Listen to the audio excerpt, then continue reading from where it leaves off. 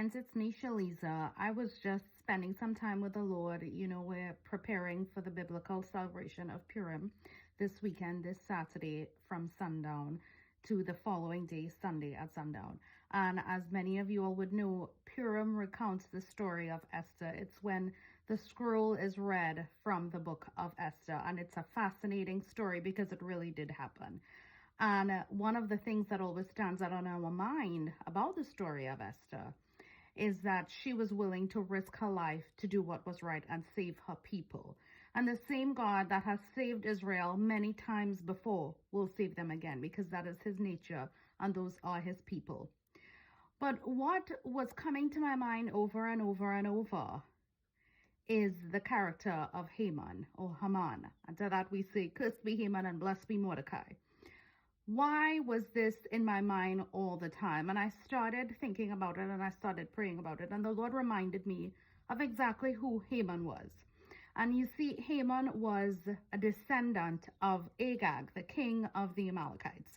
And if we go back to the Old Testament, if we go back to 1 Samuel 15 in particular, you will see that the Lord had given King Saul a command to kill and destroy completely all of the Amalekites. And he did obey, but halfway. And the truth is, halfway obedience is still disobedience. Delayed obedience is still disobedience. Because even though Saul did destroy the Amalekites, he left King Agag.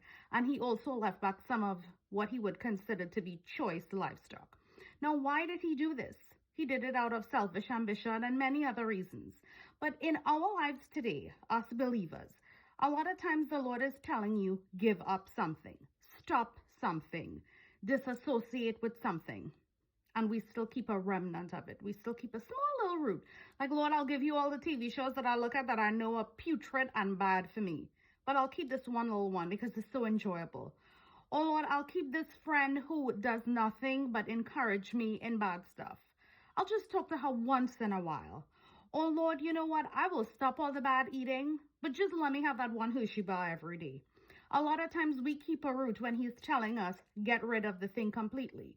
And we see in this story, there was a long period of time there's a long period of time between what happened with King Saul and King Agag. And then Haman wanting to murder all of the Jews in the story of Esther. There was a considerable period of time. And it reminds me that when God says to do something, do it. Because if you don't do it completely, you will have a root spring back up again. Because we saw Haman spring back out of nowhere and try to murder, annihilate the entire Jewish race. Some might even dare to say it was the first attempt at the Holocaust. And it really was. Now we know that the Lord is merciful and he is good.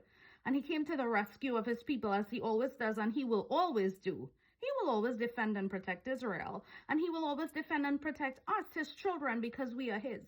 But sometimes we bring hardship upon ourselves because of disobedience.